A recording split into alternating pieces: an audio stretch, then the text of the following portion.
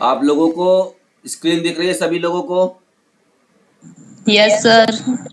Okay, तो शुरू करेंगे आज की क्लास। हम लोग पढ़ रहे हैं चैप्टर नंबर 9। ठीक है, ये जो हमारा चल रहा है चैप्टर नंबर 9 है। अभी आपका नया बैच शुरू होगा 21 को। ठीक है, 21 तारीख को नया बैच शुरू हो रहा है। तो वहां पर आपको चैप्टर नंबर 1 से पढ़ाया जाएगा। इस बार जो थ्योरी पढ़ाने का तरीका होगा वो एकदम डिफरेंट होगा। डिफरेंट का मतलब ये है कि ये जो मैं यहाँ पर आपको डिस्क्रिप्टिव ज्यादा बता रहा हूँ ना, उस वाले बैच में आपका डिस्क्रिप्टिव उतना ज्यादा नहीं होगा। जो main main important one liner होंगे सिर्फ उन पर हम बात करेंगे ज्यादातर, और उसके बाद पुराने पेपर्स जो ओल्ड क्वेश्चंस हमारे बने हुए हैं उस टॉपिक से, और उन ओल्ड क्वेश्चंस को हम लोग सॉल्व करेंगे। टॉपिक में पहले मैं आपको मेन मेन पॉइंट बताऊंगा, उसके बाद ट्रिक बताऊंगा कि कैसे उस टॉपिक को याद करना है। उसके बाद उसके जो ओल्ड क्वेश्चंस हैं जिसको हम PYQs कहते हैं, वो हम आपको बताएंगे कि कैसे उसको याद करना है। तो टॉपिक वाइज चलेगा, ठीक है। तो जितने भी पुराने पेपर्स अब तक आए हुए हैं 2008-9 से लेकर 23 तक के बीच में, उस टॉपिक से रिलेटेड कि KVS ने कैसे क्वेश्चन पूछा है, अगर हम वही बात करेंगे कि DSSB ने कैसे क्वेश्चन पूछा है उस टॉपिक से, इसके बाद UPTGT ने कैसे क्वेश्चंस पूछा वहां से। तो देखिए, सारे जो भी हम अलग अलग आयोग का एग्जाम देते हैं, सभी जगहों पर अलग अलग प्रकार के क्वेश्चंस बनाने का पैटर्न होता है। ठीक है, इनको हम दो प्रकार से पैटर्न में बांट सकते हैं। एक होता है हमारा सेंट्रल गवर्नमेंट एग्जामिनेशन, ठीक है, और दूसरा होता है स्टेट गवर्नमेंट। अब देखिए, स्टेट गवर्नमेंट वाले जो एग्जाम होते हैं ना, उसमें थोड़ा सेंट्रल गवर्नमेंट और स्टेट गवर्नमेंट के जो क्वेश्चंस बनाने के पैटर्न है फिजिकल एजुकेशन में, वो थोड़ा सा डिफरेंस होता है। ये जो सेंट्रल गवर्नमेंट वाले होते हैं ये थ्योरी बेस्ड ज्यादा बनाते हैं, कॉन्सेप्ट बेस्ड बनाते हैं। कैसे बनाते हैं मैं आपसे बताऊंगा, दिखाऊंगा कि कैसे बनाते हैं। ठीक है,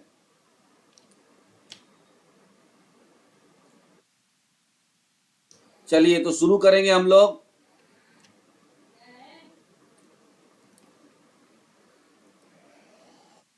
ये देखिए, यहां पर क्या होता है, एक होता है सेंट्रल गवर्नमेंट एग्जामिनेशन और एक होता है स्टेट गवर्नमेंट।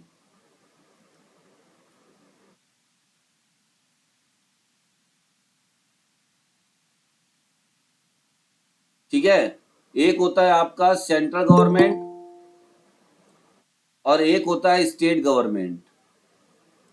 तो सेंट्रल गवर्नमेंट के पेपर कैसे बनते हैं, इसके अंदर आपका कौन कौन आता है, नवोदय, KVS, EMRS। हालांकि स्टेट गवर्नमेंट में आपका DSSB भी आता है, लेकिन इसको हम रखते हैं क्योंकि इसका जो पैटर्न का तरीका है वो इनसे मैच करता है। तो ये जो चार आपके पैटर्न होते हैं क्वेश्चंस बनाने के, इनके तरीके अलग होते हैं। कैसे होते हैं मैं भी आपको दिखाऊंगा। और एक होता है हमारा स्टेट गवर्नमेंट, जैसे इसके अंदर होगा आपका UPTGT, बिहार वाला पेपर जो BPSC कराएगा आपको। अभी मैं BPSC के बारे में बताऊंगा। BPSC में बता दूं, जो BPSC पेपर बना रहा है, अभी पिछला जो एग्जाम हुआ ना, उसमें 5 ऑप्शन आ रहा है। कितना आ रहा है? 5, A, B, C, D और E। मैं तो आपको पिछले कुछ पुराने पेपर्स दिखा रहा हूं, ठीक है, दिखाऊंगा अभी आपको कुछ अदर सब्जेक्ट से पेपर जो हमसे पहले वैकेंसी में आया था, उनके लिए 5-5 ऑप्शन ला रहा है, क्योंकि उनका भी एग्जाम BPSC करा रहा है, बिहार पब्लिक सर्विस कमीशन। ठीक है, तो इसको आप जरूर जान लीजिएगा। अब देखिए, BPSC हो गया, UPTGT हो गया, राजस्थान हो गया, स्टेट हरियाणा हो गया, HSSC जो कराता है। ठीक है, ये सब जो कराते हैं पैटर्न, या हिमाचल प्रदेश जो कराता है, उत्तराखंड जो कराता है, इनका पैटर्न एक जैसा होता है। स्टेट गवर्नमेंट जो पेपर कराते हैं, स्टेट वगैरह जो आप देते हैं, इनका पैटर्न एक जैसा होता है, और ये जो सेंट्रल गवर्नमेंट का होता है एक जैसा होता है। इन दोनों में क्वेश्चन पूछने की कुछ सिमिलैरिटीज होती हैं कि कैसे क्वेश्चन पूछे जाते हैं, तो मैं अभी आगे आपको दिखाऊंगा।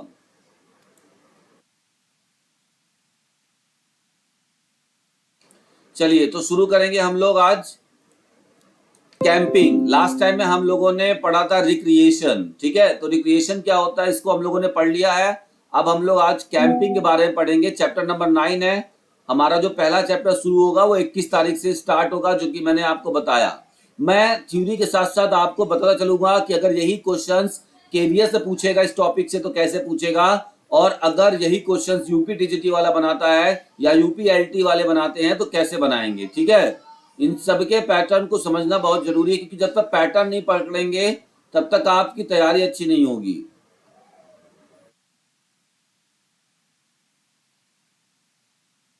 चलिए, तो सबसे पहले बात करेंगे हम कैंपिंग की। तो कैंपिंग क्या होता है? शिविर का अस्तित्व भारत में प्राचीन काल से माना जाता है। जो शिविर एक कैंपिंग है वो भारत में सदियों से मानी जाती है, क्योंकि जब राजा महाराजा अपने कार्यभार से थोड़ा सा बोर हो जाते थे तो राजा महाराजा अपने कार्यों से उपजाने के बाद कुछ सैनिकों के साथ अपनी प्रजा से दूर होकर किसी स्मरणीय स्थान पर तंबू लगाकर रहते थे।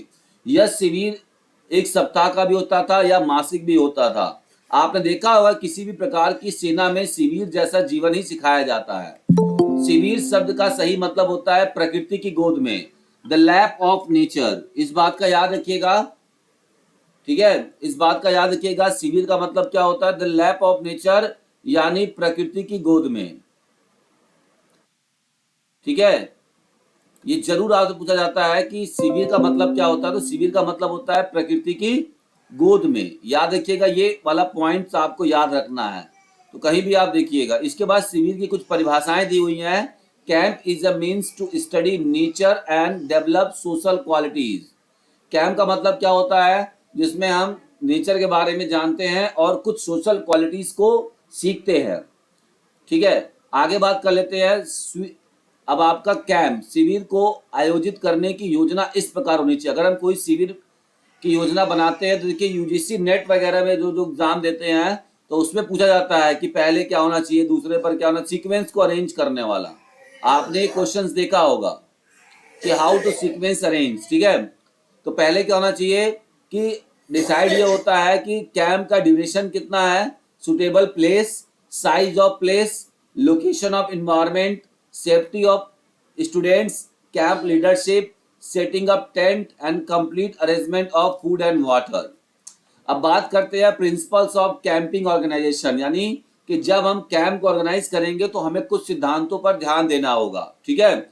सबसे पहला क्या होता है कि जो कैंप होना चाहिए उसमें जो नियम होने चाहिए वो थोड़ा सा सिंपल एंड इजी। वहाँ जो सिद्धांत होने चाहिए वो फ्लेक्सिबल होने चाहिए, वहाँ के इन्वायरमेंट के हिसाब से आपको चेंज करना पड़ेगा। सुटेबल मैनेजमेंट, मैनेजमेंट अच्छा होना चाहिए कैंप में, ठीक है। प्रियोरिटी, सबसे पहले कि आप किस चीज को प्रायोरिटी, आपके सबसे ज्यादा महत्वपूर्ण चीजें क्या है कैंप के लिए, उनका ध्यान रखना चाहिए। सबसे महत्वपूर्ण क्या है? कैंप साइट, ठीक है। ये पूछा गया है कि सबसे महत्वपूर्ण चीजें कैंप के लिए क्या होता है, तो कैंप साइट, कैंप का लोकेशन, कि आप कहां पर हैं। तो कैंप का लोकेशन में क्या होता है, शहर से दूर होना चाहिए, है ना। कहां होना चाहिए? शहर से दूर होना चाहिए। एक्सपीरियंस एडवाइजर, कैंप में जो भी मतलब कैंप करा रहे हैं ऑर्गेनाइज, उनका जो भी एडमिनिस्ट्रेटिव मेंबर है या जो भी वहां पे है वो बहुत ही ज्यादा एक्सपीरियंस्ड होना चाहिए, उस जगह से वाकिफ होना चाहिए उसका।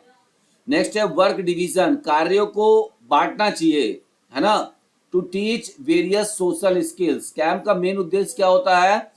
सामाजिक चीजों को ज्यादा से ज्यादा सीखे बच्चे।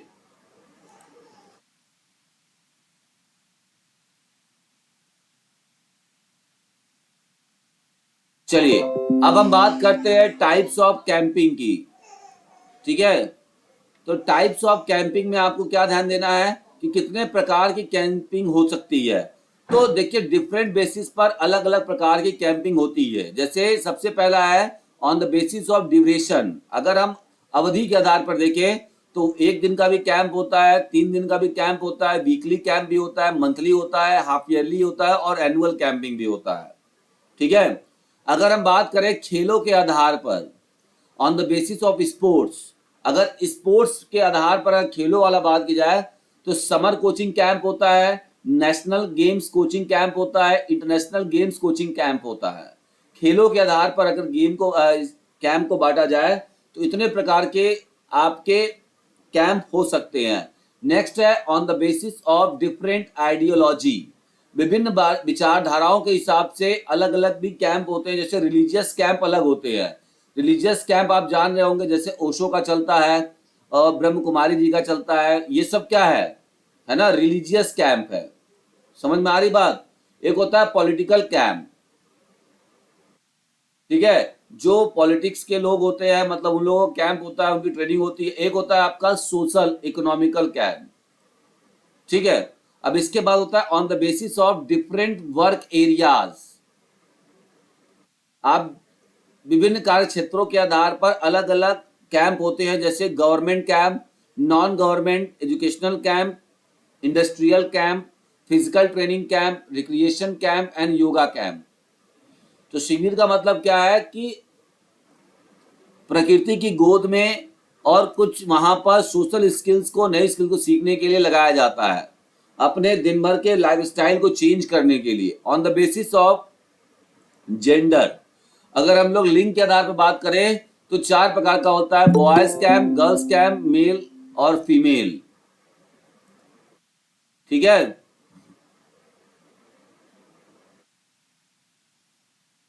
इसके बाद बात करते हैं ट्रेनिंग कैंप। अब देखिए, जो ट्रेनिंग के पर्पज से कैंप कराई जाती है वो कौन कौन सी होती है? एनसीसी कैंप है, स्काउट कैंप है, एनएसएस कैंप होता है और लीडरशिप कैंप होता है, ठीक है। और लास्ट आपका आता है on the basis of age. अगर आयु के अनुसार बात की जाए तो अलग अलग चिल्ड्रन कैंप अलग होता है, यूथ कैंप अलग होता है और एडल्ट का कैंप अलग होता है, ठीक है। तो इतने प्रकार के देखिए अलग अलग बेसिस पर कैंप कराए जाते हैं। मैं इस बात को आपके सामने पूरा कह सकता हूं कि ये किसी भी फिजिकल एजुकेशन की किताब में आपको इतने कैंप के टाइप्स के बारे में, डिफरेंट बेसिस के बारे में नहीं बताया गया है, ठीक है। यही चीज हमारे बुक में आपको अलग है, क्योंकि मैंने बहुत सारी चीजों को पढ़ने के बाद इस चीज को यहाँ पर लाया है, ताकि चीजें आपके लिए एक ही बुक में, सब एक ही बुक में अवेलेबल हो जाए। यह ना नहीं है कि आप नेट की तैयारी कर रहे हैं तो आपको अलग बुक पढ़ना पड़े, टीजीटी की तैयारी कर रहे हैं तो अलग बुक पढ़ना पड़े। आप यकीन मान के चलिए कि इस समय मतलब 50% बैचेस जो कोचिंग के लेते हैं लोग, बहुत सारे मुझे पता चले हैं, ये सब इसी बुक के नोट्स बना के दे रहे हैं बच्चों को। चाहे इलाहाबाद की ले लीजिए बात, चाहे कहीं का भी ले लीजिए, मैंने इस चीज को देखा हुआ है और लोगों, बच्चे जो कर रहे हैं वो भी मुझे बताए हैं ये बात। तो चलिए आगे हम लोग बात करते हैं। नेक्स्ट हमारा है organisation and administration of camp. Camp के कैसे हम ऑर्गेनाइज करते हैं और एडमिनिस्ट्रेशन कैसे चलेगा, कैसे कार्य पूरी चलती है कैंप की, क्या क्या हमें पोस्ट रखने होते हैं। तो पोस्ट का बहुत ध्यान रखिएगा। तो सबसे पहला पोस्ट होता है कैंप डायरेक्टर का। इनकी ड्यूटी क्या होती है? यह शिविर के सर्वोच्च अधिकारी होते हैं, ठीक है। शिविर संचालन की संपूर्ण जिम्मेदारी इनकी होती है। इसकी नीति, मतलब क्या रूल फॉलो होगा, नीति निर्धारण एवं निर्णय लेने का कार्य इनके द्वारा संपन्न किया जाता है। तो सबसे बड़ा पोस्ट कौन सा होता है? कैंप डायरेक्टर का। नेक्स्ट होता है असिस्टेंट कैंप डायरेक्टर। ये बस इनका हेल्पफुल होता है, ठीक है। निर्णय इनके दोनों के सलाह मशुरे से जो भी चीजें, नई नियम वगैरह, क्या कैसे खाना कैसा देना है, बच्चों को कौन कौन से साइड पे घुमाना है, कैसे कराना है, ये सब चीजें इनका होता है। नेक्स्ट होता है प्रोग्राम डायरेक्टर। जब भी आपने कैंप गए होंगे, आपने देखा होगा कि उस कैंप में प्रोग्राम जरूर होता है। कल्चरल प्रोग्राम भी हो सकता है, किसी प्रकार का प्रोग्राम होता है जो कि आपको सिखाने के उद्देश्य से किए कराए जाते हैं। तो यह शिविर कार्यक्रम का निर्माण करते हैं तथा शिविर में गतिविधियों का निर्धारण करते हैं। एक होता है हेल्थ डायरेक्टर। कैंप में एक हेल्थ डायरेक्टर को ले जाना बहुत जरूरी होता है, नहीं तो अचानक कभी किसी की स्वास्थ्य बिगड़ गई तो आप फिर परेशान हो जाओगे, ठीक है। नेक्स्ट होता है फूड मैनेजर। कैंप में सभी प्रतिभागियों अधिकारियों को भोजन की उपलब्धता कराना किसका कार्य होता है? फूड मैनेजर का होता है। एक होता है ग्रुप कंसल्टेंट। आवश्यकता पड़ने पर परामर्शदाता की सहायता ली जाती है, तो ये आपका परामर्शदाता होता है। तो ये 4-5 ऐसे पोस्ट होते हैं जिनका कि आपका बहुत जरूरी है, बहुत जरूरी है कैंप ऑर्गेनाइज कराने के लिए, ठीक है। आइए आगे बात करते हैं। कुछ शिविर के महत्वपूर्ण तथ्यों के बारे में जान लेते हैं। सबसे पहला है the camp plays the best role of developing social relationship and natural relationship. तो कैंप सबसे कैंप क्या है? कैंप सबसे अच्छी भूमिका निभाता है प्राकृतिक संबंधों और सामाजिक संबंधों के बीच। ठीक है, शिविर में तंबुओं को इंग्लिश के, देखिए अभी पूछा जाता है, कहीं भी क्वेश्चन पूछा गया है कि शिविर में जो हम टेंट लगाते हैं तो उसको कैसे लगाना चाहिए, तो यू शेप में लगाना चाहिए। देखिए ऐसे यू शेप, और इन तंबुओं से 1 मीटर पीछे, है ना, यहाँ पे गड्ढे करने चाहिए, हल्का हल्का गड्ढा कर देना चाहिए। पता है आपको क्यों गड्ढा करना चाहिए? कोई सांप वाप आए तो हाँ, उसमें तो इसी में वो प्रोटेक्शन गिर जाए, गड्ढे में ही गिर जाए। ठीक है, इसलिए यहाँ पर हमें गड्ढा 1 मीटर पहले कर देना चाहिए। तो देखिए यहाँ पे शिविर में तंबुओं को इंग्लिश के यू वर्ड में पूछा गया है कि किस वर्ड में लगाना चाहिए, तो यू वर्ड में लगाना चाहिए। नेक्स्ट है, शिविर में किस प्रकार के भोजन कराने चाहिए, तो सूखी एवं मौसमी सब्जियों व फलों का उपभोग करना चाहिए। ये भी क्वेश्चन पूछा गया है, अगर किसी को याद होगा तो बता सकते हैं। भारत में शिविर लगाने की सबसे सर्वोत्तम मौसम पूछा जाता है, तो सर्वोत्तम ऋतु कौन सी होती है, तो बसंत ऋतु होती है। कौन सी है? बसंत। ग्रीष्म ऋतु में कैंप हमेशा कहाँ लगाना चाहिए? अगर मान लीजिए कभी कोई ग्रीष्म ऋतु में भी कैंप, समर कैंप लगता है, तो उस समय ये ध्यान रखना चाहिए कि जो कैंप का लोकेशन है, जो साइट ऑफ कैंप है, वो पहाड़ी क्षेत्र होनी चाहिए। आपसे पूछा जाता है कैंप का अनुशासन कैसा होता है, तो कैंप का डिसिप्लिन बहुत ही स्ट्रिक्ट होता है, कठोर होता है। तो ये देखिए इस तरीके से ये वन लाइनर है, डायरेक्टली यहां से आपके एग्जाम में क्वेश्चन बन सकते हैं। तो कैंप से संबंधित कोई भी अगर किसी को कोई दिक्कत है तो यहाँ पर पूछ सकते हैं। आपके पास 1 मिनट का समय है, अगर ना समझ में आया हो या कुछ और आपकी जिज्ञासा हो।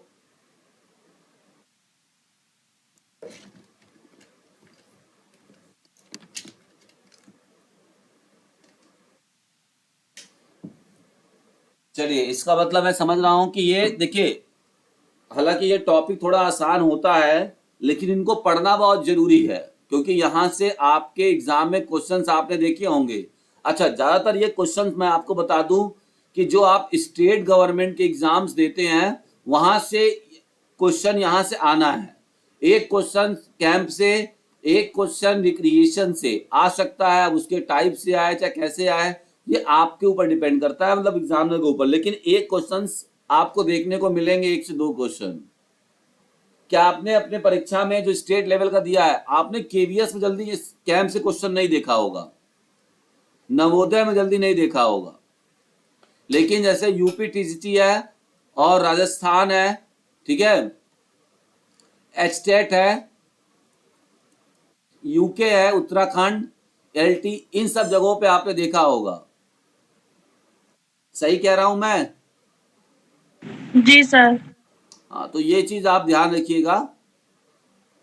ठीक है, आगे चलते हैं, बात करते हैं नेक्स्ट। ये हमारा टॉपिक कंप्लीट हो जाता है। अब हम लोग बात करते हैं टीचिंग मेथड्स की। टीचिंग मेथड्स क्या होता है, तो टीचर के द्वारा बच्चों को पढ़ाने का जो तरीका होता है उसी को हम क्या कहते हैं, जो विधि होती है उसी को हम क्या कहते हैं, टीचिंग मेथड या शिक्षण पद्धति। हिंदी में कहते हैं शिक्षण पद्धति। शिक्षण पद्धति शिक्षकों द्वारा छात्रों को उनके शिक्षा के मार्गदर्शक के रूप में इस्तेमाल किया जाता है। तो टीचर के द्वारा छात्रों को मार्गदर्शन देने के लिए जिस विधि का प्रयोग किया जाता है वही हमारा क्या कहलाता है, टीचिंग एड्स टीचिंग मेथड्स कहलाता है। ठीक है, सिंपल सा मतलब है। मतलब हो सकता है कि क्लास में कुछ बच्चों को हर बच्चों को समझने की जो तरीके होते हैं वो अलग अलग होता है ना। जैसे आप यहाँ पे पढ़ रहे हैं, कुछ बच्चों को मेरी आवाज सुन के समझ में आ रहा हो, कुछ लोगों को देखने के बाद समझ में आएगा, कुछ लोगों को अलग तरीके से डिस्कस करने के बाद समझ में आता है। तो सभी बच्चों को समझने का या सभी लोगों के समझने का जो तरीका होता है वो अलग अलग होता है, और उन्हीं समझने के तरीके के हिसाब से, ठीक है, जो टीचिंग का मेथड्स होता है, जो शिक्षण की प्रकृति या शिक्षण विधि होती है वो अलग अलग हो जाती है। अब देखिए, जो टीचिंग मेथड्स होता है उसको पहले हम कैटेगरी में बांटेंगे। तो टीचिंग मेथड्स हमारा सबसे पहले होता है टीचर सेंटर्ड मेथड।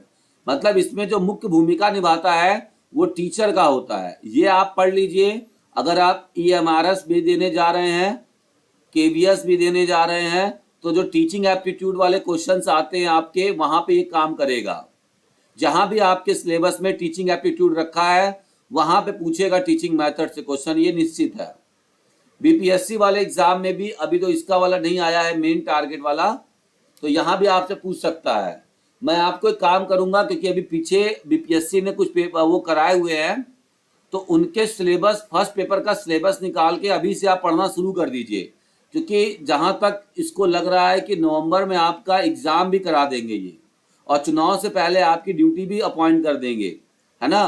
तो 2 महीना आपके पास समय है। आप अभी ऐसा मत सोचिए कि BPSC पहले वैकेंसी निकालेगा और हम BPSC का पहले क्या निकालेंगे, पहले हम BPSC का वैकेंसी फॉर्म भरने के बाद तब जाकर हम तैयारी करेंगे। तो आप बहुत स्लो हो जाओगे, बहुत पीछे हो जाओगे। आप अभी से, क्योंकि देखिए फर्स्ट पेपर तो सेम रहेगा, ठीक है, चाहे आप किसी भी सब्जेक्ट का क्यों न एग्जाम दे रहे हो। तो अभी जो पिछला हुआ है, कम से कम थोड़ा सा उससे आइडिया लेकर तैयारी करते रहिए, ठीक है। तो चलिए यहाँ पे हम बात करते हैं teacher centred method. Teacher centred method क्या होता है? टीचर सेंटर्ड मेथड क्या होता है, इसको समझ लेते हैं। मतलब ऐसा विधि जिसमें टीचर ही मुख्य भूमिका निभाता है, टीचर पे ही सारा दारोमदार होता है बच्चों को पढ़ाने का, उसे हम कहते हैं टीचर सेंटर्ड मेथड। मतलब जिसमें सबसे ज्यादा कंट्रीब्यूशन जिसका होगा। टीचिंग में क्या होता है? टीचिंग में देखिए 3 चीजें होती हैं। क्या क्या होता है? स्टूडेंट, टीचर और मटेरियल, यानी सब्जेक्ट मैटर, यही तो होता है।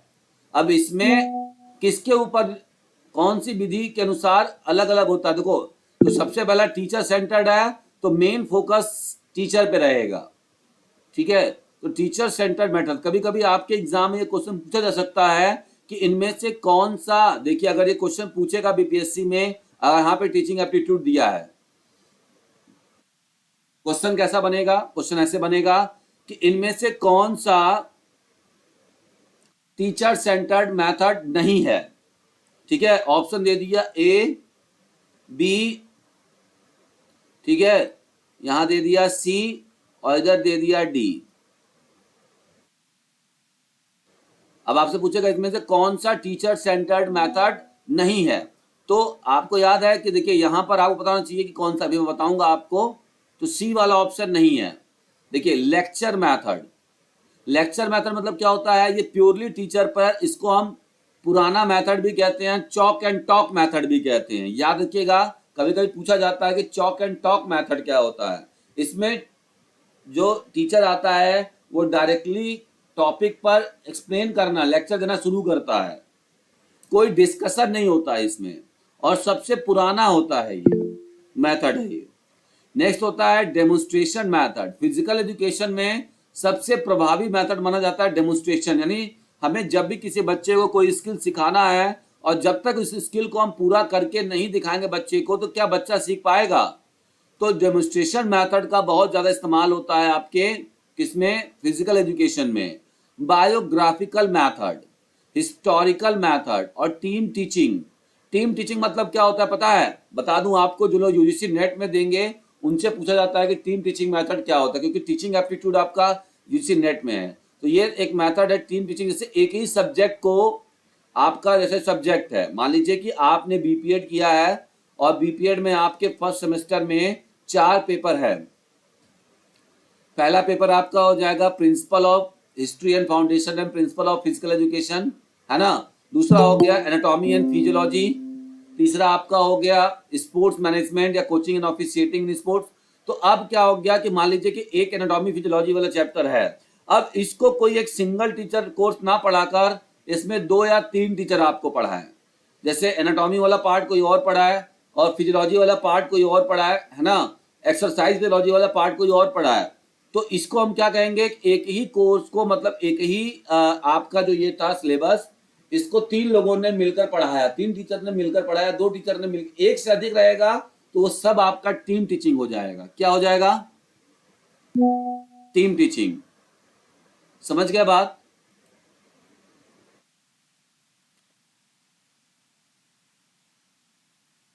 समझ में आया? नेक्स्ट होता है हमारा पुपिल एंड चाइल्ड सेंटर्ड।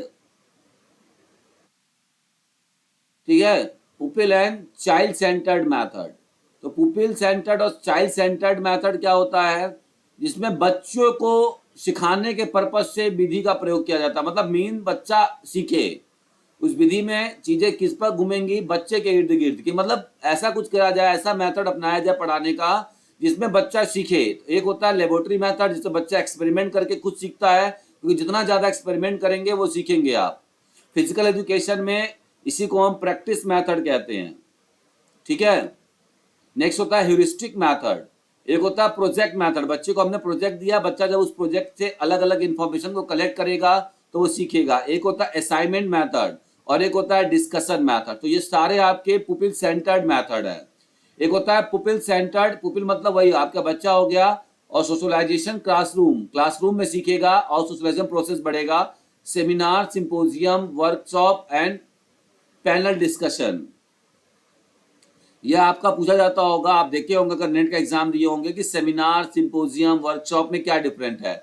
तो वर्कशॉप में देखिए आपको प्रैक्टिकली चीजें सिखाई जाती हैं। वर्कशॉप में क्या होता है कि एक्सपर्ट का वो होता है, ग्रुप होता है, और इसमें वर्कशॉप अगर कराया जाता है तो ये आपका प्रैक्टिकली चीजें करके सिखाई जाती है, आपका हैंड वो कराया जाता है, हैंड से। ठीक है, मतलब आप खुद वो चीजें करके अपने हैंड से और प्रैक्टिकली करके चीजों को सीखते हो, तो ये वर्कशॉप होता है। ठीक है, इसी तरह से अलग अलग चीजें होती हैं। तो देखिए आपको याद क्या रखना है, कभी कभी आपसे क्वेश्चन पूछा जाता है।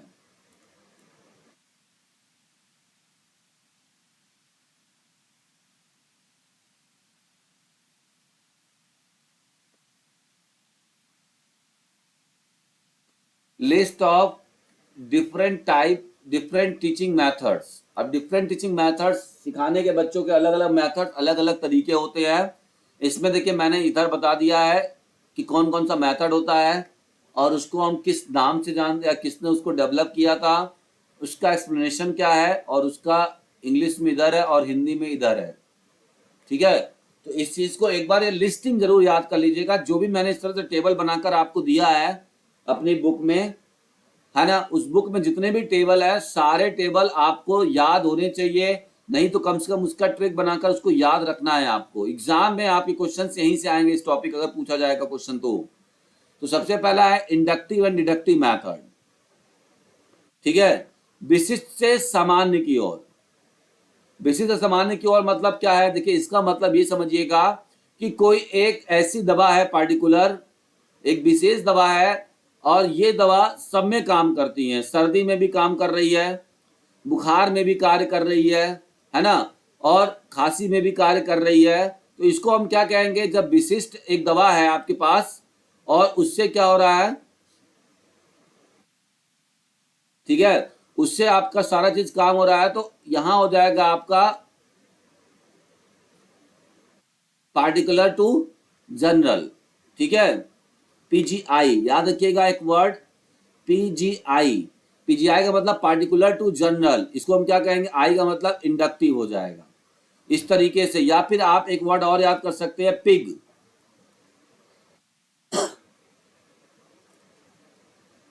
ठीक है, तो ये पूछा भी गया है क्वेश्चन, यहाँ पे टीचिंग मेथड के क्वेश्चन आते हैं या फिर नेट वगैरह क्वेश्चंस आते हैं, और पीजीटी के क्वेश्चंस आते हैं जहां पर रिसर्च के क्वेश्चंस पूछे जाते हैं। पीजीटी एग्जाम्स वगैरह में आपने पीएचडी का एंट्रेंस दिया होगा, या कहीं भी आप अगर जा रहे हैं मास्टर्स करने, तो वहां पे मास्टर्स वाले एग्जाम में एमपीएड वगैरह के बड़े इंस्टीट्यूट में ये सब क्वेश्चंस पूछा गया है, इंडक्टिव और डिडक्टिव। तो इंडक्टिव का मतलब क्या होता है? पार्टिकुलर टू जनरल, और एक क्या होता है? General to particular. ठीक है, तो ये आप याद रखिएगा। नेक्स्ट हमारा होता है किंडरगार्टन मेथड, जो कि फ्रेडरिक फ्रोबेल ने दिया था। किंडरगार्टन, इसमें होता क्या है? इस विधि में बच्चों को खेल, खिलौने और कहानियों गीतों आदि के द्वारा शिक्षा दी जाती है। ठीक है। नेक्स्ट है प्लेवे मेथड। इसको हेनरी कॉल्वे कुक और फेडरिक फ्रोबेल ने दिया था। तो ये हेनरी कॉल्वेल कुक का बहुत नाम आता है। कॉल्वेल कुक ने दिया था कौन सा, प्लेवे मेथड। उन्होंने बोला है कि बच्चों को सिखाने के लिए सबसे अच्छा तरीका क्या है कि उनको खेल खेल में सिखाया जाए। छोटे बच्चों पर सबसे ज्यादा ये प्रभावित है कि बच्चों को अगर सिखाना है तो खेल कराया जाए। तो इसीलिए आपने देखा होगा कि इन्हीं के तर्क पर आज स्कूलें बनती है बच्चों के लिए। पीजी पीजी क्लासेस यानी प्ले ग्रुप क्लासेस या प्ले ग्रुप स्कूल, नाम सुना होगा आपने कि बच्चा 3 साल के बाद प्ले ग्रुप स्कूल में जाएगा। पहले वो खेल सीखेगा। ठीक है। जब खेल सीखेगा तो बोलना चलना सीखेगा, उसके बाद वो सीख जाएगा कुछ भी सीखना चाहता है तो। नेक्स्ट हमारा होता है brain storming method, Dalton method, project method, heuristic method. ये ह्यूरिस्टिक मैथड याद रखिएगा, इंपॉर्टेंट है। इसमें स्टूडेंट अपने ऑब्जर्वेशन और एक्सपेरिमेंट से स्वयं खोज करके सीखता है। इसे डिस्कवरी मैथड भी कहा जाता है। ठीक है। नेक्स्ट होता है क्वेश्चन आंसर मैथड, सोशियो, देखिए मॉन्टेसरी मैथड तो डॉक्टर मारिया मॉन्टेसरी ने दिया था। इसमें इस विधि में बच्चे क्या होते हैं, ज्ञानेंद्रियों के द्वारा अनुभव करके सीखते हैं। इसमें बालगृह की व्यवस्था होती है। इसे ट्रेनिंग ऑफ सेंस के नाम से भी जाना जाता है। तो टीचिंग जहां जहां आने वाली है आपका, उसमें ये बहुत ज्यादा इंपॉर्टेंट रोल निभाएगा। ठीक है।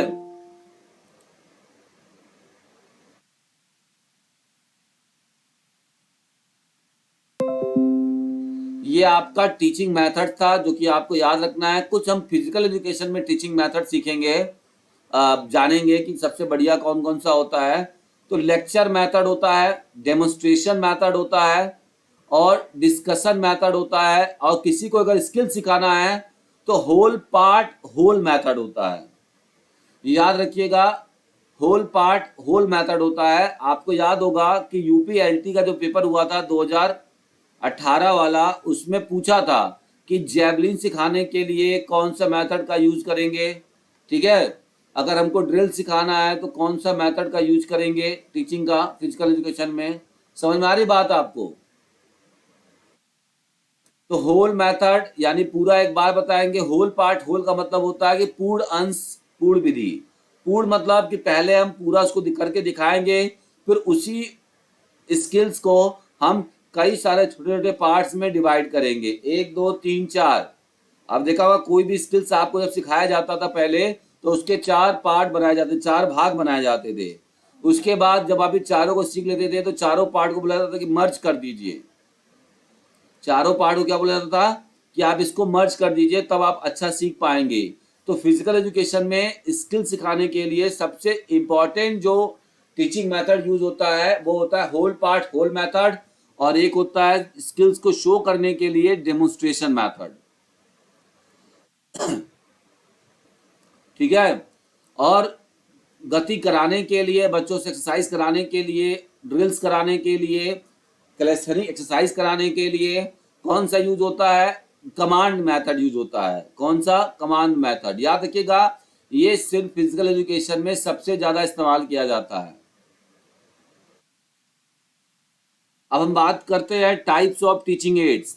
टीचिंग एड का मतलब क्या होता है कि टीचिंग यानी कि जब आप किसी को शिक्षण दे रहे हैं, किसी को पढ़ा रहे हैं, तो उस समय आपको जिन जिन सामग्रियों की आवश्यकता होती है उसे हम कहते हैं टीचिंग एड।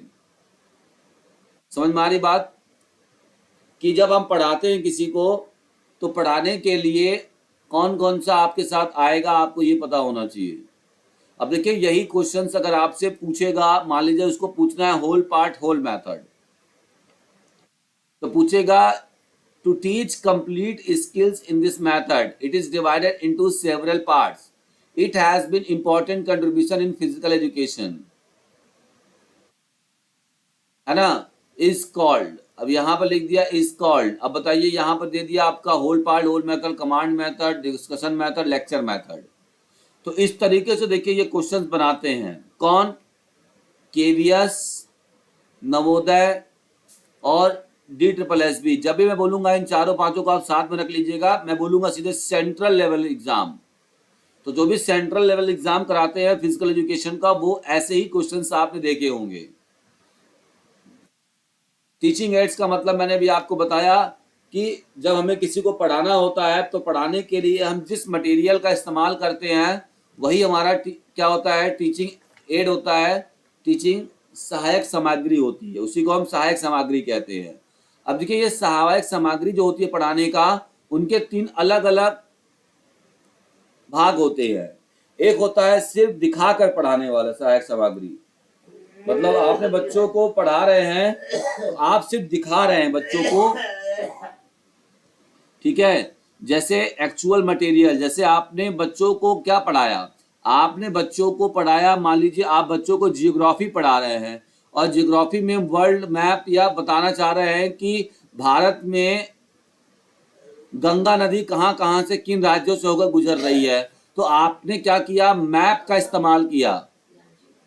तो जब आपने मैप का इस्तेमाल किया है तो ये सिर्फ आप दिखा रहे हैं, तो जो आपके पास साधन था वो सिर्फ दिखाने वाला था, तो इसे हम क्या कहेंगे, ओनली विजुअल एड्स। क्या कहलाएगा ये, विजुअल एड्स कहलाएगा, ठीक है। नेक्स्ट अगला क्वेश्चन आपके सामने, ऑडियो सिर्फ कुछ ऐसे है जो आपको खाली सुनाकर आपको बताया जाएगा उसके बारे में, जैसे टेप रिकॉर्डर, ग्रामोफोन, ठीक है। मतलब आपको सिर्फ सुनवा कर आपको सिखाएंगे और बताएंगे कि बताइए ये कैसे आपको समझना है। तो ये हमारा क्या होता है, ऑडियो एड्स होता है। जब भी हम टीचिंग कराते हैं तो 3 प्रकार के सामग्रियों का इस्तेमाल करते हैं। एक ऐसा नेक्स्ट होता है, एक होता है audio visual aids. Audio visual aids का मतलब होता है जैसे प्रोजेक्टर क्लास पे हम, उसमें ऑडियो भी चल रहा होता है और बच्चों को दिखाई भी देता है, तो ऑडियो भी सुनाई दे रहा है और दिखाई भी दे रहा है, तो इसे हम ऑडियो विजुअल एड्स कहते हैं। जैसे टेलीविजन पर वीडियो टेप हमने चलाया, कोई मूवी लगाया हमने, कोई ड्रामा दिखाया, कोई इंटरनेट का इस्तेमाल करके बच्चों को ये शो कर रहे हैं, तो ये हमारा क्या होता है, ऑडियो विजुअल एड्स होता है। अब देखिए यहाँ से कैसे क्वेश्चन आपके बनेंगे। क्या आपने कभी फिजिकल एजुकेशन में टीचिंग एड्स से कोई क्वेश्चन देखा है, नहीं देखा है? सर एक क्वेश्चन आया हुआ है बिहार में, क्या आया था कि ये चौक और जो टीचर बोलते हैं वो कौन सा होता है, तो उसमें ऑप्शन ये था कि ऑडियो विजुअल ऐसे करके था। इसमें ये क्वेश्चन है सर, आया हुआ है स्टेट में। तो हाँ भाई सर। मैं आपको बता दूं कि जो भी मैं आपको बताता हूं या जो भी मेरे बुक में है, ये जिस बुक में मैंने ये लिख रखा है सारा, ये मान के चलिए कि ये आपका स्टेट और सेंट्रल गवर्नमेंट के जो फिजिकल एजुकेशन के एग्जाम होंगे उनमें कम से कम 98% सिलेबस को कवर करेगा। इसकी पूरी मैं गारंटी दे सकता हूँ, क्योंकि मैंने उसको पढ़ने के बाद अपना खुद का सिलेबस बनाया है। पार्टिकुलर किसी एक सब्जेक्ट या एक एग्जाम को टारगेट नहीं किया है, चाहे वो सेंट्रल गवर्नमेंट कोई भी एग्जाम हो जाए या स्टेट गवर्नमेंट का कोई भी फिजिकल एजुकेशन का एग्जाम हो जाए, उन सब में काम करेगा आपका, ठीक है। लेकिन क्या होता है ना कि लोग इतना ओवर कॉन्फिडेंस हो जाते हैं, उन्हें लगता है कि चार्ट क्या होता, क्या है प्रॉब्लम कि वो क्या कर रहे हैं कि आजकल इतने ज़्यादा ये जो कोचिंग इंस्टीट्यूट खुल गए हैं, इससे दिक्कत क्या हो रहा है कि बच्चे रिपीटेड क्वेश्चंस लगा रहे हैं, पुराने क्वेश्चंस लगाते हैं और हर जगह वही क्वेश्चन पाते हैं, तो उनको क्या होता है ना कि जो ऑप्शन होता है वो रट जाता है। अब ऑप्शन रट जाता है, हर जगह जा रहे हैं तो वही ऑप्शन वही क्वेश्चन उनको रिपीट मिल रहा है, हर जगह देख रहे हैं, किताबों में भी वही चीज लिखा हुआ है, कोचिंग में भी जा रहे हैं तो वही पढ़ाया जा रहा है, और यूट्यूब पे कुछ चैनल भी आपको वही क्वेश्चंस करा रहे हैं, तो आपका ऑप्शन रट गया। अब आपको जब ऑप्शन रट गया है, बार बार आप जब उस आपके सामने वो आंसर क्वेश्चन आ रहा है, आप फटाफट सही आंसर लगा दे रहे हैं, जल्दी कर दे रहे हैं, तो आपके मन में क्या हो गया कि मुझे तो फिजिकल एजुकेशन के बारे में पता हो गया, मैं तो फिजिकल एजुकेशन का पूरा टॉपिक मेरा क्लियर हो गया, मुझे क्या दिक्कत है। लेकिन जैसे ही आप एग्जाम में जाते हैं, है ना, जैसे आप एग्जाम में जाते होंगे तो आपका वहां पर दिक्कत होने लगता है। तो जब आपको दिक्कत होने लगता है, ऐसा लगता है कि यह टॉपिक तो हम पढ़े ही नहीं है, ये कहाँ से क्वेश्चन पूछ दिया है, कैसे पूछ दिया है, तब आपको क्या होता है, थोड़ा सा भी जो आपका रिपीटेड क्वेश्चन ना करके क्वेश्चन को नया बनाकर ट्विस्ट किया जाता है, तो वहां पे बच्चों की हालत हो जाती है खराब। तो भाई देखिए, सबसे पहले अगर आपको एग्जाम क्वालिफाई करना है तो थ्योरी का बेस्ड आपका अच्छा होना चाहिए, ठीक है। और वही बढ़ाते हैं तो लोगों को थ्योरी से बोर बहुत पहले हो जाते हैं, उनको लगता है कि बोरिंग है थ्योरी। तो बोरिंग तो होता है लेकिन है बहुत अच्छी चीज, ये जड़ से दवा है। अब देखिए आपसे क्वेश्चन पूछ रहा हूं मैं, बताइएगा सभी लोग, ये वाला टीचिंग एड से ही। अब आपसे क्या पूछेगा, ये पूछेगा कि इनमें से कौन सा ऐसे पूछ दिया कि इनमें से कौन सा दृश्य साधन शिक्षण पद्धति का दृश्य साधन नहीं है। Radio, tape recorder, gramophone. हाँ, तो इस तरीके से टेलीविजन, तो ये आप इसको लिख सकते हैं, मतलब इसको आप देख सकते हैं। यहाँ पर हमने ए बोल दिया, बी बोल दिया, सी यहाँ से दे दिया, कोई भी उठा के, और डी यहाँ से दे दिया। ऐसे ही क्वेश्चंस आपको देखने को मिलेगा इफ अगर ये क्वेश्चंस कराते हैं कौन, स्टेट लेवल ओनली एग्जाम। ये वाला क्वेश्चंस, ये जैसे ऐसे क्वेश्चन जो है आपको, ये आपको स्टेट लेवल क्वेश्चंस में ऐसे मिलेगा। अगर मान लीजिए कि यही क्वेश्चन सेंट्रल गवर्नमेंट पूछेगा तो देखिए कैसे पूछेगा। मान लीजिए केवीएस को पूछना है ये टॉपिक से, हालांकि केवीएस में ये टॉपिक है नहीं, लेकिन अब ये टॉपिक आएगा टीचिंग एप्टीट्यूड वाले पार्ट में, जहां पे टीचिंग के दी गई है। ठीक है, अब देखिए यही क्वेश्चन आपसे पूछेगा, DSSS कैसे पूछेगा अगर उसको पूछना है। ठीक है, देखिएगा ध्यान से, पूछेगा कि इनमें से कौन सा स्टेटमेंट टीचिंग एड्स को लेकर सही है। इनमें से कौन सा स्टेटमेंट टीचिंग एड्स को लेकर सही है। पॉइंट नंबर 1 बोला कि actual material, sample, chart paper, picture, white and black board, it is a example of it, मतलब यह एग्जाम्पल है विजुअल एड्स का। पॉइंट 1 बना दिया। दूसरा बनाएगा आपसे radio, tape recorder, gramophone, example है ऑडियो एड्स का। ठीक है, इसी में से 1-2। अब यहाँ पे पॉइंट नंबर 3 आपसे बनाएगा। ठीक है, देखिएगा कैसे बनाता है कि television, video tape, movie, DVD, drama, computer, example, अच्छा एग्जाम्पल है किसका, ऑडियो विजुअल एड्स का। अब आपसे क्वेश्चन, अब देखिए ऑप्शन कैसे देगा। देखिएगा ऑप्शन कैसे दे रहा है। ऑप्शन ए दिया, ए एंड पहला और दूसरा सही है। ऑप्शन नंबर बी आपसे दिया, दूसरा और तीसरा सही है। ऑप्शन नंबर सी आपको दिया, 1, 2 और 3, तीनों सही है। अब इसी में हो सकता है कि वो चेंज भी कर दे, जरूरी नहीं कि आपको मैं तरीका बता रहा हूँ, है ना। ऑप्शन तो नंबर आपसे सी। बोलेगा कि इनकरेक्ट छाटिए, या तो आपसे बोलेगा करेक्ट छाटिए। ये कौन क्वेश्चन उठाएगा, ऐसा क्वेश्चन कौन बोल देगा बनाकर आपको, अगर टीचिंग एड से पूछना है उसको, तो कौन से एग्जाम में देखने को मिलेगा। KVS, EMRS, हाँ, central KVS, EMRS, DSSS, Navodaya, वहां पर आपको ऐसे क्वेश्चन देखने को मिलेंगे। और आपने देखा भी होगा पिछले एग्जाम्स दिए हैं जो आपने KVS और नवोदय में, वो ऐसे स्टेटमेंट में आ रहा था कि नहीं क्वेश्चन सारे। बताइए एक बार। Yes sir. है ना। Yes sir. इसके लिए आपको क्या करना है, इसके लिए आपका जब तक थ्योरी पार्ट अच्छा नहीं होगा, क्या आप जो कर रहे हैं तैयारी, खाली क्वेश्चंस को रट रहे हैं, इधर उधर जाकर सब जगह जा रहे हैं, वही क्वेश्चन खाली रिपीटेड कराया जा रहा है, तो उससे क्या फायदा है, उससे कितना आपने निकाल लिया है। उससे आप अधिक से अधिक 30% अपने एग्जाम में क्वेश्चन सॉल्व कर सकते हैं, लेकिन बाकी का 70% आपको नए तरीके से क्वेश्चन सॉल्व करना होगा। तो ये तरीका होता है। ठीक है, अब ऐसे क्वेश्चंस को सॉल्व करने का भी तरीका होता है। अब जरूरी तो नहीं है कि हमें सारा थ्योरी पता होगा, एक एक इसका एग्जाम्पल हमें पता होगा, जरूरी तो नहीं है ना। तो जरूरी क्या है कि आपको जब ऐसे क्वेश्चंस आपके सामने आते हैं तो उस समय आपको क्या करना है कि सबसे पहले आप अपना एक स्ट्रॉन्ग पॉइंट बनाइए या फिर एक नेगेटिव पॉइंट बनाइए। मैंने बार बार बताया है कैसे करना है, ये मैं आपको आगे बताऊंगा जब मैं प्रैक्टिस कराऊंगा। ऐसे क्वेश्चंस बहुत सारे लाऊंगा मैं आपके सामने। सिर्फ सिंपल सिंपल क्वेश्चन रटवाने से आपका काम नहीं बनेगा।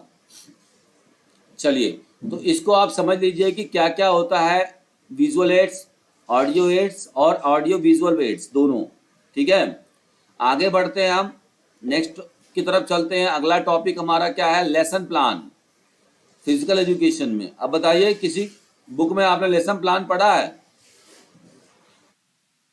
ये जितने टॉपिक मैंने दिया हुआ है ये सारा कंबाइंड मतलब आपको एक ही बुक में मिल गया। सबके लिए अलग अलग, ऐसा नहीं कि टीचिंग के लिए आप अलग बुक खरीद लीजिए, उसके लिए ये बुक ले लीजिए, अलग अलग नहीं खरीदना है। अगर आप थोड़ा सा अच्छे से स्थिर होकर समय देंगे बुक को तो आपको सारी चीजें समझ में आ जाएंगी।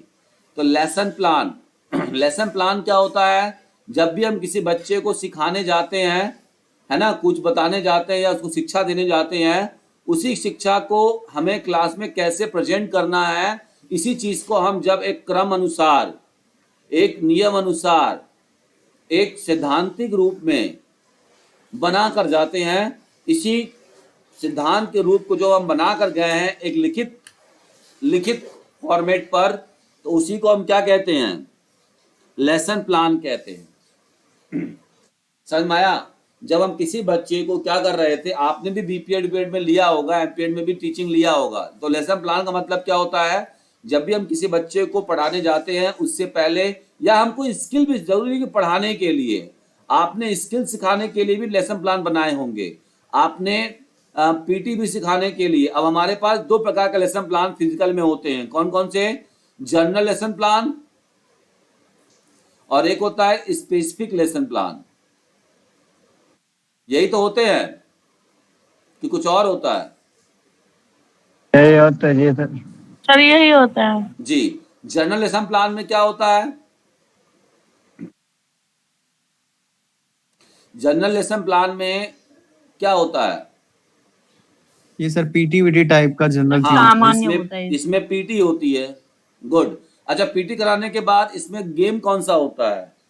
दो प्रकार के गेम होते हैं, स्पेसिफिक में अलग प्रकार से, क्योंकि लास्ट में बच्चों को बोरिंग दूर करने के लिए रिक्रिएशन गेम कराना पड़ता है। तो पीटी वाले पार्ट में जो लास्ट का बच्चों का 10 मिनट होगा वो रिक्रिएशन गेम होगा। ये भी क्वेश्चन पूछा गया था, अगर आपको याद होगा तो आप जानते होंगे कि यह क्वेश्चन पूछा गया है कि जनरल लेसन प्लान में कौन सा गेम होता है, रिक्रिएशनल गेम होता है या फिर लीड अप गेम्स होता है? क्या है ये धुले हैं कपड़े? किसने धुले? ठीक है,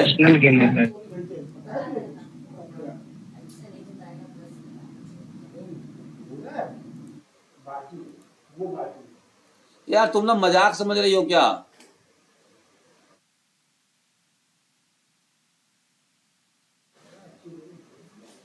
यार तुम लोग पढ़ाने के बाद कर लिया करो जो करना है।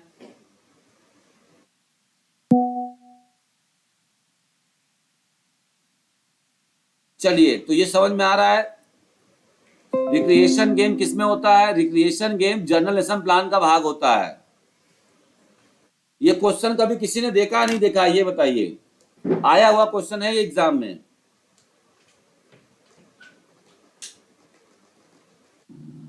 जी सर, देखा हुआ है।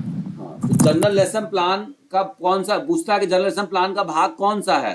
तो रिक्रिएशनल जो होता है, रिक्रिएशन गेम, ये जनरल लेसन प्लान का भाग होता है। और स्पेसिफिक गेम, अब स्पेसिफिक वाले जो हमारा लेसन प्लान बनता है, इसमें हम किसी भी अपने स्पोर्ट्स का एक स्किल सिखाते हैं, लीड अप गेम होता है इसमें। ठीक है, और स्किल को खत्म करने के बाद क्या करते हैं, उसी स्किल से संबंधित कोई गेम्स कराते हैं जिसे हम लीड अप गेम्स कहते हैं। ठीक है। अब इनको जैसे लेसन प्लान, ये जो मैंने यहां पर बताया है, देखिए यहां बताया है कि ये जो होता है कौशल स्किल लेसन प्लान, जो हम लोग स्किल सिखाते हैं वो दो प्रकार का होता है, सामान्य और विशिष्ट। जनरल लेसन प्लान और स्पेसिफिक लेसन प्लान। ये जो मैंने बताया यहाँ पर, ये बताया कि अगर कोई बीएड वाला बच्चा लेसन प्लान बनाएगा तो वो कैसे बनाएगा। वो प्रस्तावना देता है, पर्पज स्टेटमेंट देता है। जब आपको थ्योरी वाला लेसन प्लान बनाना है तो वहां पर ये चीजें बनती हैं। अगर आपको स्किल सिखाना है, कौशल सिखाने वाला बनाना है, तो उसमें इस तरीके का बनेगा। ठीक है, जो लोग संगीत वगैरह का लेसन देते हैं उनका ये बनेगा। और एक बार आपसे बता दूं कि लेसन प्लान अगर आपका टीचिंग वाला एप्टीट्यूड आता है तो हर बेटियन का 5 step approaches of lesson plan पूछा जाता है। तो इसको एक बार जरूर देख लेगा इन्होंने क्या बताया है। कि इन्होंने बताया कि कोई भी लेसन प्लान के लिए 5 स्टेप बहुत जरूरी है। Preparation, presentation, association, generalisation and application, है ना। ये आपका यूजीसी नेट में बहुत इंपॉर्टेंट है, ये पूछा गया था क्रम। ठीक है, तो जो लोग यूजीसी की तैयारी कर रहे हैं वो एक बार देख लेंगे थोड़ा सा डीप में जाकर। ठीक है, बाकी ये आपका सिंपली पूछा जा सकता है आपसे कि हर्बेटियन स्टेप अप्रोच बताया गया था लेसन प्लान बनाने के लिए। तो ये आपका लगभग कंप्लीट हो चुका है।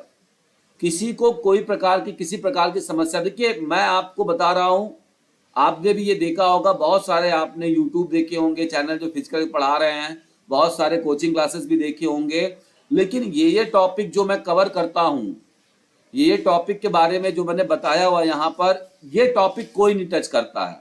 सब आपको हेल्थ एजुकेशन पढ़ा देंगे, टीबी क्या है तो ये क्या है, वायरस से होने वाले रोग क्या है ना, ये बता देंगे। आपको स्पोर्ट्स ट्रेनिंग भी बता देंगे, लेकिन ये वाला पार्ट आपका कहीं ना कहीं अछूता रह जाता है। ठीक है, टीचिंग प्लान, लेसन है ना, टीचिंग है, लेसन प्लान है। इसके बाद देखिए ये भी बुक में दिया हुआ है। अब बताइए किसी बुक में आपने पढ़ा होगा ये types of line formation. Physical education में स्किल सिखाने के लिए बच्चों को किस प्रकार से खड़े किए जा सकते हैं,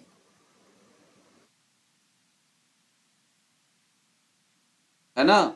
इसे हम कहते हैं टाइप ऑफ लाइन फॉर्मेशन।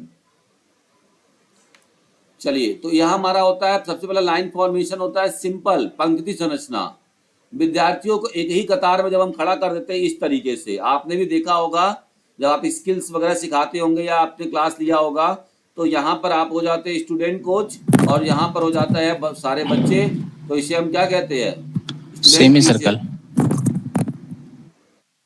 ठीक है, तो इसको कहते हैं हम line formation, simple line formation भी कह सकते हैं। एक होता है डबल लाइन फॉर्मेशन, जब हम डबल डबल ऐसे खड़ा कर दे, एक लाइन इधर एक लाइन इधर, तो इसे हम कहते हैं डबल लाइन फॉर्मेशन। ठीक है, इसमें दो प्रकार का हो सकता है, एक तो सारे लोगों का मुंह एक दूसरे के सामने होगा और एक हो सकता है दोनों का मुंह बाहर की तरफ हो।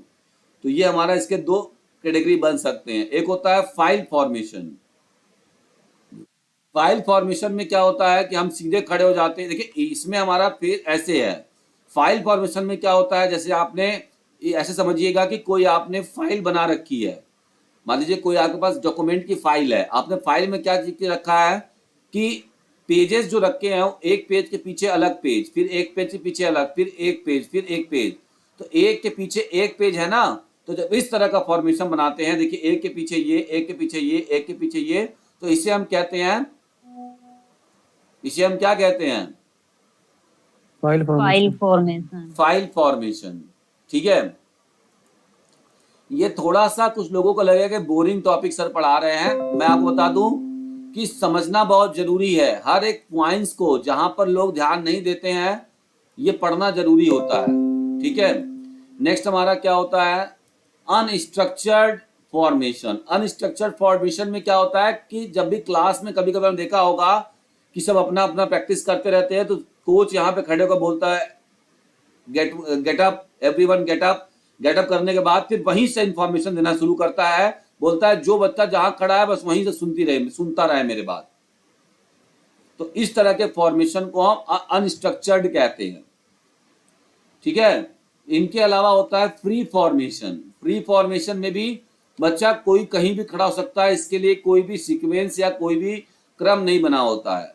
नेक्स्ट हमारा होता है स्पोक फॉर्मेशन। स्पोक फॉर्मेशन में साइकिल के जैसे कोच बीच में होगा, बच्चे इस तरह से होते हैं।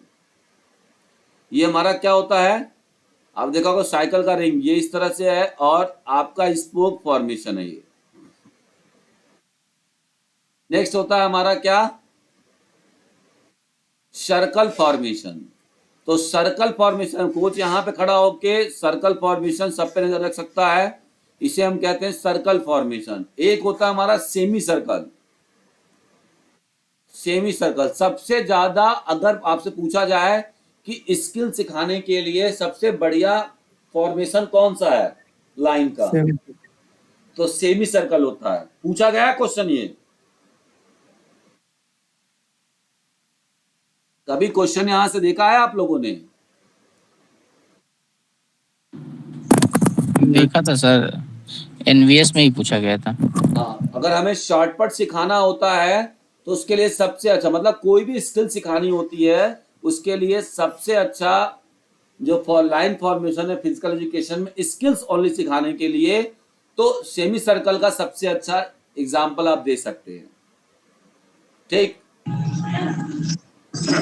तो ये सर हमारा स्कोप और ये सर्कल में क्या डिफरेंस है सर? क्या कह रहे थे, स्पोक और सर्कल में क्या डिफरेंस है? Yes sir. देखिए, अब आप यहाँ पर कोच हैं, अब स्पोक में देखिए एक बच्चा यहाँ है, एक बच्चा इसके पीछे, एक बच्चा इसके पीछे, एक बच्चा इसके पीछे, लेकिन सर्कल में क्या है ये ऐसे लाइन बनाए हुए हैं, इनके पीछे कोई नहीं है। अगर इनके पीछे कोई आ जाए यस सर। तो ये स्पोक हो जाएगा। ठीक है, यस सर। ठीक है। तो आज की क्लास में इतना ही जानिए, क्योंकि बहुत ज्यादा हॉट पूछ नहीं, छोटे छोटे टॉपिक्स थे, आपको समझ में आ गए हैं। Good night sir. हाँ, आगे बात करेंगे, कल हम लोग सुपरविजन पढ़ेंगे। सुपरविजन क्या होता है, यहाँ से भी आपने क्वेश्चन देखे होंगे।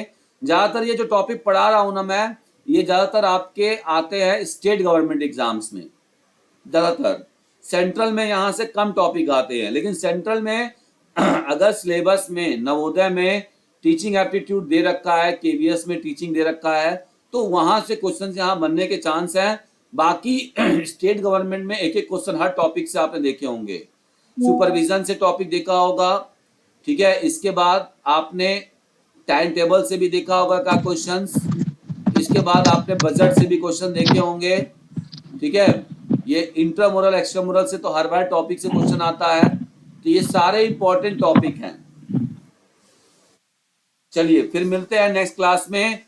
जिसको भी मैं बार बार बोल रहा हूं कि ये बुक आपके लिए एक तरीके से, मैंने जैसा इसका नाम रखा है शारीरिक शिक्षा एक अंतिम ब्रह्मास्त्र, और ये वाकई आपका एक ब्रह्मास्त्र के रूप में आपके सारे एग्जाम में काम करेगा। इस बुक को लेने के लिए आप इस पर कॉल करके बुक को मंगा सकते हैं डायरेक्टली। मुझसे लेने पर आपको 20% डिस्काउंट होगा, नहीं तो अमेजॉन और फ्लिपकार्ट पे भी अवेलेबल है बुक, ठीक है। चलिए मिलते हैं नेक्स्ट क्लास में।